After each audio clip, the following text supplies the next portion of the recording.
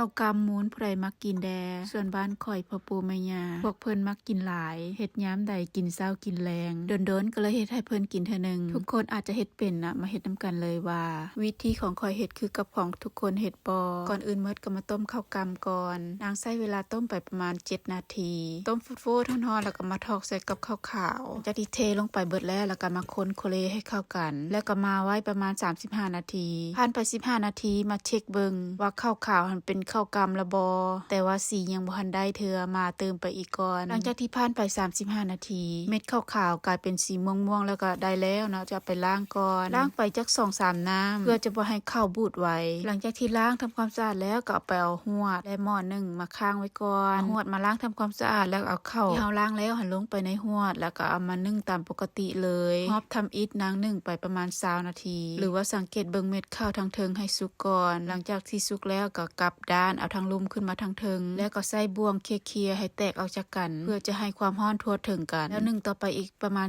15-20นาทีหลังจากนั้นก็มาเกี่ยมเฮ็ดน้ำกะทิใส่น้ำตาลไป1ถ้วยใส่น้ำกะทิไป1กระป๋องป๋องนี้400 ml หลังจากที่ใส่กะทิลงไปแล้วก็จะเอาน้ำมาใส่นางจะใส่น้ำที่ล้างกระป๋องปริมาณประมาณครึ่งถ้วยแล้วก็คนทุกอย่างให้เข้ากันแล้วเอาใบเตยประมาณ 2-3 ใบมัดเป็นคอร์ดแบบนี้แล้วก็เอามาใส่ลืมแล้วทุกคนลืมอีกแล้วขี้ลืมตลอดเลยข่อยนี่ลืมใส่เกลื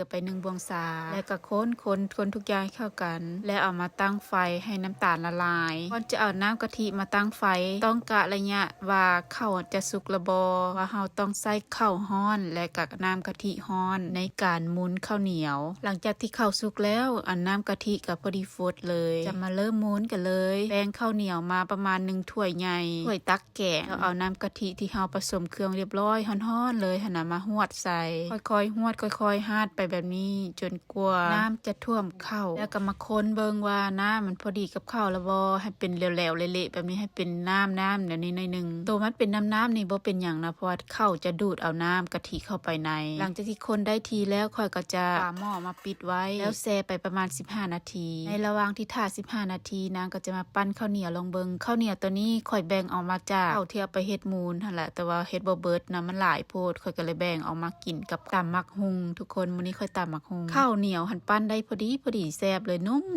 พอดีเนาะใส่ปริมาณข้าวเหนียวเม็ดขาว2ถ้วยข้าวเหนียวสีดำหรือข้าวกำนั่นครึ่งถ้วยก็จะออกงามๆแบบนี้เลยทุกคนผ่านไป15นาทีที่จริงกับก่ายไปละ30นาทีนี่แหละค่อยลืมแล้วก็จะมากลับด้านเอาทั้งลุ่มขึ้นมาทั้งเทิงเม็ดข้าวทั้งลุ่มก็จะเละๆนิดนึงแต่ก็บ่เป็นหยังนะก็แซ่บคือเก่าหลังจากที่คนทั้งลุ่มขึ้นมาทั้งเทิงให้ทั่วกันแบบนี้แล้วก็ปาดหน้าให้เพียงกันก่อนแล้วนางก็จะแซ่ไปอีกประมาณ15นาที15นาทีผ่านไปเม็ดข้าวกำลังขึ้นเงาหลังจากนั้นนางก็คั่วงาเป็นงาขาวงาดำก็แล้วแต่เด้อแล้วแต่ความมักเอามาโหยใส่ทั้งหน้าแบบนี้เลยมักงานี่เพิ่มรสชาติและเพิ่มกลิ่นพร้อมเป็นแต่แซ่บอยู่ว่าทุกคนมาเด้อกินข้าวกำมูนน้ำกะทิน้ำกันรสชาติหอมหวานมันพอดีแซ่บเลยสูตรนี้หวานพอดีแซ่บบ่หวานเกินไปข้าวนุ่มหลังจากที่โหยมักงาไปแล้วก็ตักเสิร์ฟได้เลยแต่แซ่บทุกคนคลิปนี้ถ้าผิดพลาดประการใดก็ขอโทษขออภัยลาแล้วสบายดี